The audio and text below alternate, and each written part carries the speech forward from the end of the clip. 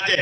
Nyo kaum muslimin sekalian, maka bila Wahabi uronyo bebas di Aceh, titiknya ada pada pemimpin Aceh uronyo yang membiarkan Wahabi berkembang di Aceh.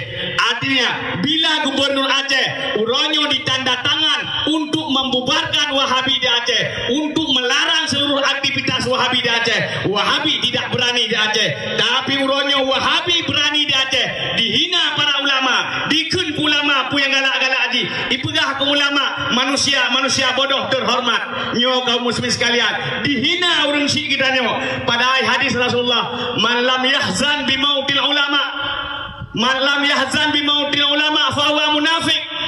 Yang hana gundah meninggalnya ulama, munafik.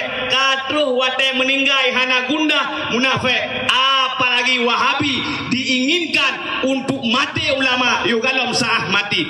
Artinya mereka ingin membunuh para ulama-ulama katanya. Mereka Wahabi uranyo ini poh ulama-ulama daya nyo budak tupu kaum muslim sekalian. Menyahana tercegah, maka pre ulama-ulama akan mati di ujung-ujung senjata mereka. Nyo tak melakai Allah baik terjadi di Aceh.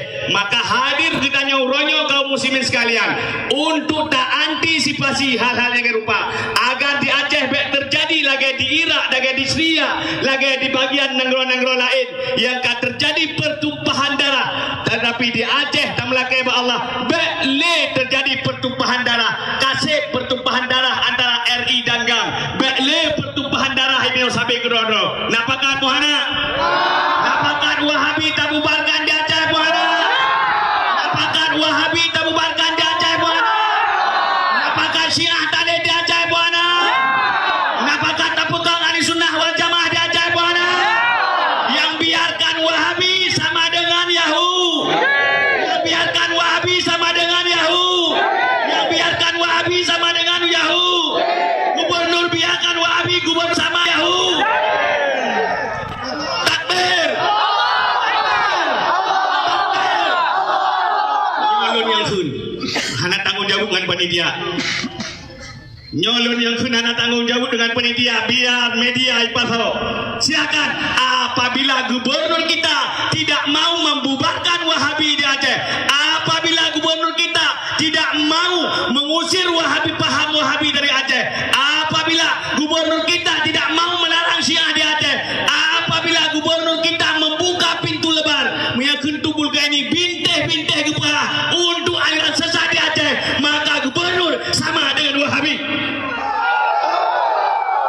Maka gubernur adalah Wahabi sama dengan Yahudi. Karena kaum muslimin sekalian, karena apa kalau Tuhan pegah Wahabi itu sama dengan Yahudi? Karena Allah pegah walan tarda angkal yahudu walan nasara hatta tattabi'a millatahum. Yahudi dan Nasrani hana pernah senang galang kita sehingga kita bujuk pengikut millah mereka.